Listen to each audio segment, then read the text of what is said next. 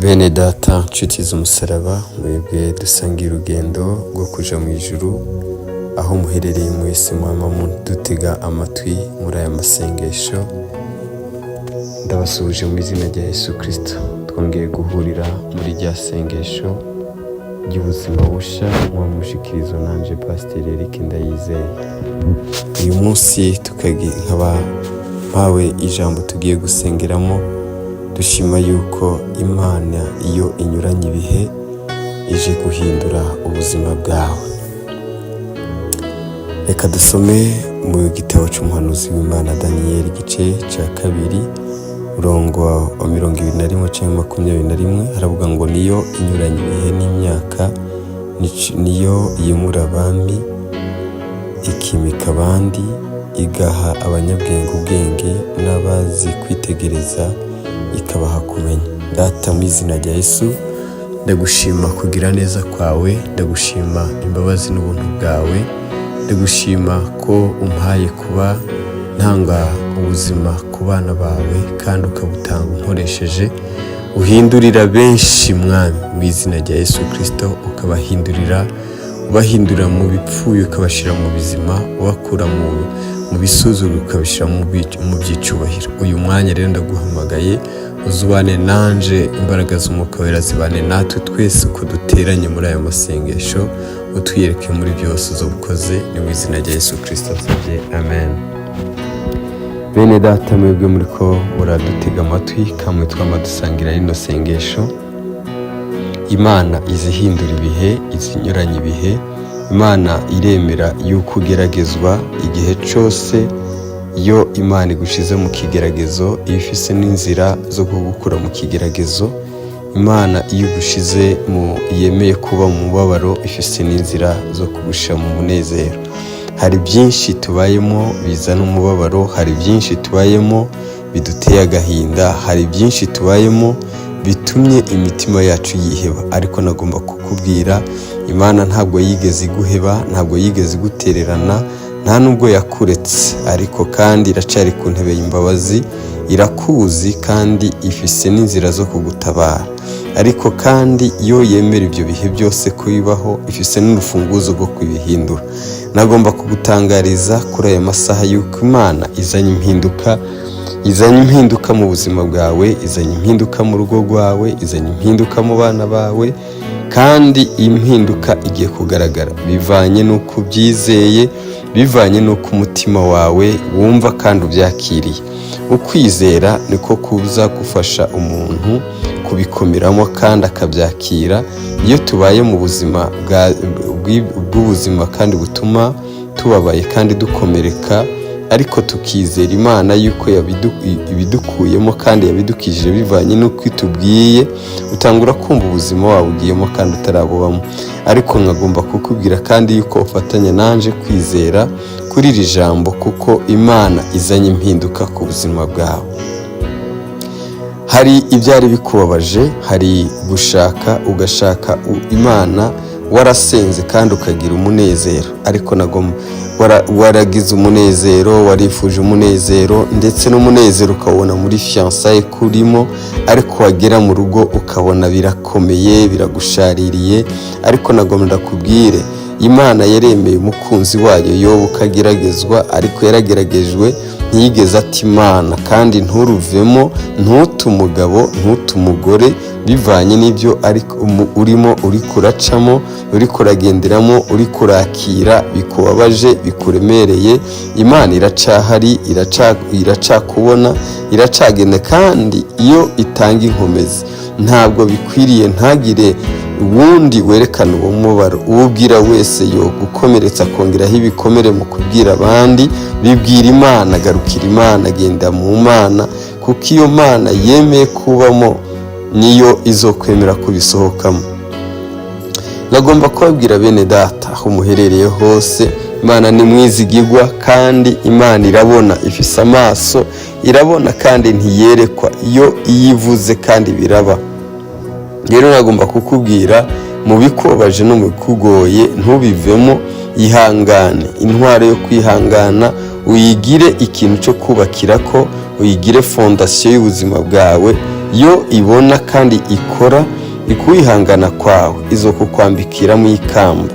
Mwene data uriko urankurikira muri iki gitondo, muri amasaha urimo dusangiye rino sengesho, nagomba kukubwira kandi yuko impinduka irahari, kukwihangana irahari. Ejo ni heza, uyu munsi Imana irabikora, ejo irabikora, mu kwezi gutaha uzobona ineza yawe, umwaka uta Imana ukiri muzima ibyo yategetse byose bizokugeraho, ibyo yategetse byose uzobibona, kandi ibyo utigeze ubona kandi uzobibona, ibyo wifuje kubona ukugeramo uzobigeramo. Kubera iki?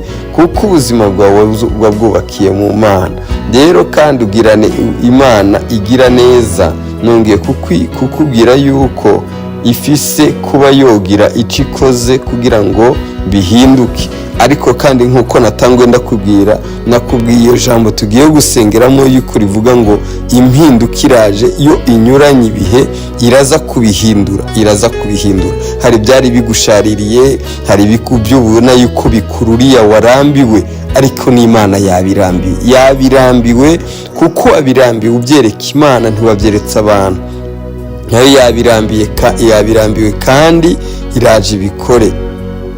Agomba kukubwira kandi we mu mama uri kuranyumva, warabyaye, warasenze usengera urubyaro, ariko abana warabigishije none bakuze bakunaniye. N'ubu nagomba kukubwira kandi haba bari mu biyobyabwenge, haba ibyo baba barimo byose, ariko nagomba kukubwira kuko wakunze gukiranuka, wakunze kwegera Imana, n'ubu ukomeze kuyegera. Irafise guhindura, irafise kubihindura, irafise kubahindura, irafise kubakiza, irafise kubikora.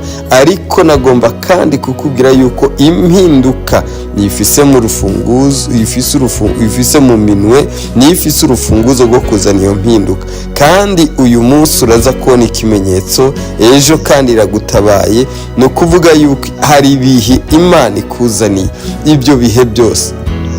Ibyo bihe rero biza bivuga izina ryayo, ibizana kubayo kubera bari babona yabonye yarambiwe ibyo turimo bitubabaje. Kandi Imana iyo itubabaye irababara, ariko kandi kirema ni kugira ngo kigaragaze imbaraga zayo hejuru yaho umwanzi ashaka kutwishima hejuru.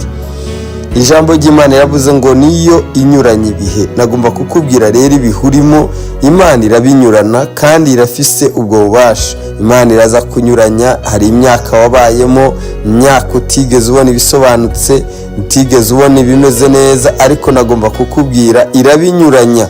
Kandi Imana iraguciriye inzira, kandi irabikoze, kandi iranabyubatse kuko yitwa Imana. Nashaka dusengane muri iri jambo kandi tuyizeye, kandi ibyo wategereje utari bwabone ugiye kuyibona. Ibyo abanyabwenge babananiye ariko Imana igiye kubigukoresha. Ibyo witegereje kumenya ariko Imana irabikumenyesheje kuko yitwa Imana. Reka dusenge Imana, tugaruke dusenge Imana, tuvuge ngo Mana wewe wanyuranije ibihe, uzunyuranya iminsi n'ibihe ubifise mu biganza byawe. Nyuranyiriza uhamagara Imana uwo munsi, kandi hari iciza gukora, ndakubwira yuko iza kubyubaka. Data uhoraho mu izina rya Yesu, ndagushima kuri Imana nziza, uri Imana uri hejuru ya byose, uri Imana y'ubutware n'ubushobozi, we Mana ya Aburahamu, Imana ya Isaka, Imana ya Isirayeli. Mana yacu mu izina rya Yesu Kristo, ndakwinginze Mwami uhabwe icubahiro kuko uri Imana waremye ijuru n'isi, iboneka n'ibitaboneka, kandi ubyo wategetse n'ikiri mu isi cyose gifise amatwi yo kukumvira. Ndakwinginze Mwami, reka Mwami wiyereke ubwoko bwawe. Mwami ndabizi yuko ibiri mu isi byose birafise amaso, wewe ayo tutabona wewe urabona yuko biyafise. Kandi Mwami iyo utegetse iyo bija birahaja bikaboneka. Hata umunezero ufise amaso urawutegeka ukumva. Hariho ahantu hakenewe umunezero, ndategetse kubw'ubutware bwawe, wa munezero we, mu izina rya Yesu Kristo. Sanga runo rugo rufise umubabaro, sanga uwo mubyeyi afise agahinda, sanga uwo mugabo afise agahinda, mu izina rya Yesu Kristo. Ndavuze ngo uwo munezero sanga, musange, mugereko kandi umutima we wishime, mu izina rya Yesu Kristo Nazareti. Ndasenze kandi mwami, ntegeka kuko ubuzi urabuza aho buherereye, kuko urabona ufise amaso. Rero ubitegeke, ibyo dutegetse byose ubihindure ku batari babigira kandi bibagereho. Ndategetse akazi, ndategetse ubuzi ku bari bariko barasengera ubuzi, mu izina rya Yesu Kristo. Burafise amatwi, wakaziwe, ndagusangishije kuri uyu mumama, ndagusangishije kuri uyu mugabo, ndagusangishije kuri uyu mukobwa, kuri uyu musore, mu izina rya Yesu Kristo. Agutegereje igihe kirekire, kuko rero mwami ari wowe ubirema. Ndabiremye mu izina rya Yesu Kristo ku buzima bwabo. Nongeye kandi kuvuga ngo Mana ugira neza, uruvyaro wewe niwe uzi utanga uruvyaro. Ndakwinginze mwami ugira neza, watanze uwo mudamu ukamuha umugabo, uwo mugabo ukamuha umugore, mwami ndategetse uruvyaro, reka bagire kuvyara mu izina rya Yesu Kristo. Reka uhindure ibihe byo kutabyara, ariko ubihinduremo kubyara mu izina rya Yesu Kristo, maze ubahindurire izina. Nongeye kukwinginga Papa, ndakwinginze mugira neza, iyerekane nk'uko uri Imana kandi wigaragaze nk'uko uri Uwiteka. Ndategetse mwami kuri uyu musore, kuri uyu mukobwa bariko barasengera ubukwe, basengera mwami uwo bokubakana, ariko mwami bahisemo kukugisha inama, mu izina rya Yesu Kristo. Ndategetse ababakwiye bazobana kandi mu rukundo bubaha izina ryawe. Ndabategetse umwe wese bivanye n'uko yamushaka. Ndabasengeye mu izina rya Yesu Kristo. Ndabasengeye aho bari hose, bahaguruke kandi bahure mu izina rya Yesu Kristo. Nongeye kukwinginga Papa, ubyubake kandi bikomere, ubikomeze nk'Imana, wiyerekanemo nk'uko uri Uwiteka. Uzoba ukoze mugira neza. Ndagushima kandi Papa, ndagushimye kuje kutwiyereka, ndagushimye kuje kwigaragaza, ndagushima kandi kuje kudutabara kandi ubatabaye. Ndagushima kuri uyu mukobwa ko umuhaye, umutegekeye, muzaniye fiancé muzima. Ndagushima no kuri uyu mugabo kimaze kumuha akazi, yuko umuhaye urugo ruzima, mu izina rya Yesu Kristo, kandi wiyerekanye nk'uko uri Imana. Ndagushima rero Yesu, ndagushima mugira neza, ndagushima ko wumvise, ndagushimye kuje gukora, ndagushima kandi mwami. Ndategetse runo rubanza ruri imbere y'umuntu, ndategetse ubutsinzi. Hindura ibihe mwami byo kuriganywa, ariko muhe mwami gakondo yiwe, mu izina rya Yesu Kristo muvuganire. Ndagushima rero Yesu, ndagushima kugira neza. Ndasengera abana bawe aho baherereye mu mpande z'isi, batabare kuko ndabatabarije, bavuganire kuko mwami ndabasabiye ubuvugizi, mu izina rya Yesu Kristo. Mwami baki abasaba urubyaro ndarubahaye, ndarubahesheje mu izina rya Yesu Kristo. Abasaba amahoro mu izina rya Yesu Kristo bayabone, abasaba umunezero bawubone mu izina rya Yesu Kristo. Yerekane nk'Imana, igaragaze nk'uko uri Uwiteka. Ndasenze Mana uhoraho, mwami wowe uzuhindura ibihe byo gusuzugurwa ukabihindura iby'icubahiro. Ndategetse icubahiro ku nsuzugurwa, ndategetse mwami reka bibasange mu izina rya Yesu Kristo. Nyerekane nk'uko uri Imana. Ndatabaje ku mwami ku bwoko bwawe, ndatabaje ku bakozi bawe, ndatabaje mwami ku bakwizera. Ndirukanye ubugwayi muri bo, ibihe by'ubugwayi ndabihinda ibihe byo gukira mu izina rya Yesu Kristo. Reka bibe mwana ugira neza. Ndagushima Data ushoboye byose, ndagushima Mana mukunzi mwiza, muremye mwiza, mu izina rya Yesu Kristo. Kiza abagwayi, kiza ubugwayi bwo mu nda, kiza abagwayi mu mutwe, mu izina rya Yesu Kristo. Ndasengeye abagwayi ibisazi, mu izina rya Yesu Kristo. Natuyeho gukira, natuye gukira abariko baranywa imiti yo gusara, yo gudasara, mu izina rya Yesu Kristo. Bari bafise umwuka wo gusara, mu izina rya Yesu Kristo. Ndabihagaritse kubw'ubutware n'ubushobozi mpabwa nawe. Ndavuze ngo bakire gukira mu izina rya Yesu. Ndasenze mwami, sengera Data uri mu ijuru, abari mu bitaro bose bategereje ubutabazi bwawe. Sengera umuntu ari muri bombone mu izina rya Yesu Kristo. Ndategetse umwuka, ndategetse kubaho, ndategetse ubuzima buzima, kuko yabona urupfu nawe yamaze kubibona, ariko ndamuhesheje ubuzima mu izina rya Yesu Kristo, kuko umwami ahagurutse kandi kugira ahamirize aho wamukuye. Ibi byose byubahisha izina ryawe mu izina rya Yesu Kristo wa Nazareti. Ndaguhamagaje mwami, ndaguhamagaje mukiza, ndaguhamagaje mutabazi mwiza, ndaguhamagaje mwungere mwiza. Yerekane nk'Imana, igaragaze nk'ukuri Uwiteka mu izina rya Yesu Kristo. Ndakwinginze mwami, yerekane datugira neza, uyerekane mwami uhoraho mu izina rya Yesu. Yigaragaze nk'Imana kandi mwamugira neza. Wowe uri gitangaza, ibitangaza vuga izina ryawe, reka ubwoko bwawe babibone mu izina rya Yesu Kristo. Natuye impinduka, sengeye aba bantu bageze mu bihugu byo hanze, ndabasengera mwami, badehashatse amakaratasi mwami yo muri ibi bihugu barayabuze. Natuye kubaho, natuye nationalite, natuye gakondo, natuye gukora bikemera mu izina rya Yesu Kristo. Uzobukoze mwami. Ndasengera umukobwa uyu masaha ariko araribwa, asengera ibiri mu nda byamubereye amayobera, ariko mwamugira neza. Ndagushima mwami, wewe uje umukiza, wewe kandi uze umukize, wewe umutabare mu izina rya Yesu Kristo. Natuye ubutabazi, natuye gukira mu nda, natuye gukira kanseri yo mu nda mu izina rya Yesu Kristo. Ndatuye gukira, ndatuye impinduka mu izina rya Yesu Kristo Nazareti. Urakoze mwamugira neza. Ndagushima Mana uhoraho mu izina rya Yesu. Ndagushima Mana ugira neza. Nongeye gusenga, sengera mwami uno mugabo agwaye uruti rw'umugongo mu izina rya Yesu. Mwami ndasabye operasiyo y'ijuru ikorekere muri uruti rw'umugongo, ibipfuye bivanemo, ndabitegetse bive mu burwayi mu izina rya Yesu. Ndasabye ijuru yongere rikore operasiyo mu izina rya Yesu Kristo. Ndagushima ko bikoze. Urakoze Mana ugira neza. Ndagushima Mana uhoraho. Ndasengeye umuntu agwaye amatwi mu izina rya Yesu Kristo. Natiye gukira ku bw'aya matwi mu izina rya Yesu.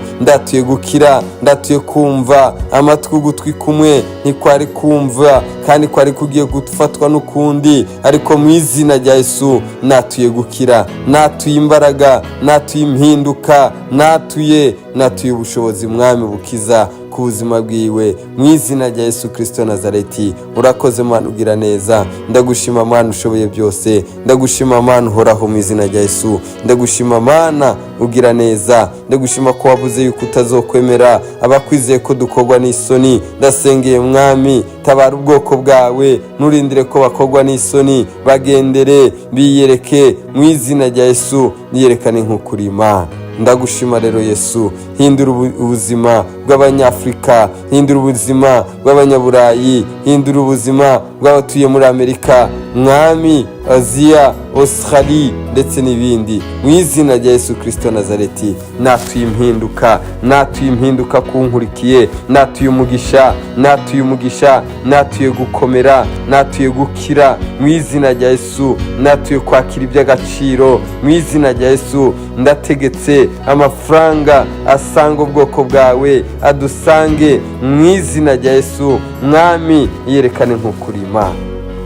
Ndagushima rero Yesu. Ndagushima umubyeyi mwiza, ndagushima mutabazi mwiza, ndagushima nteturuye, ndagushima gitangaza cacu, kuje kubikora, kuje kubyubaka, kuje kubihindura, maze mwami ibyubahisha izina ryawe. Mwami ikomeze kuba ku buzima bwacu ndetse n'abo waduhaye. Urakoze kukijije ubwoko bwawe, urakoze kubohoye abarenganywe muri magereza mu izina rya Yesu Kristo. Ndagushima kubw'uwo mudamu urekuye umugabo wiwe mu izina rya Yesu, kandi bibaye umunezero. Uhabwe icubahiro. Ariko nsengera n'abari muri magereza, ubabohore, ubiyereke mwami ugira neza, kandi ubahera agakiza aho bari, bagaruka arabo kubaka imiryango, igihugu n'itorero ryawe. Urakoze rero Yesu. Ndagushima ko wumvise kandi uje gukora kwiyubahisha, icubahiro no gukomera byose bikomeze kuba ibyawe mu izina rya Yesu Kristo Nazareti.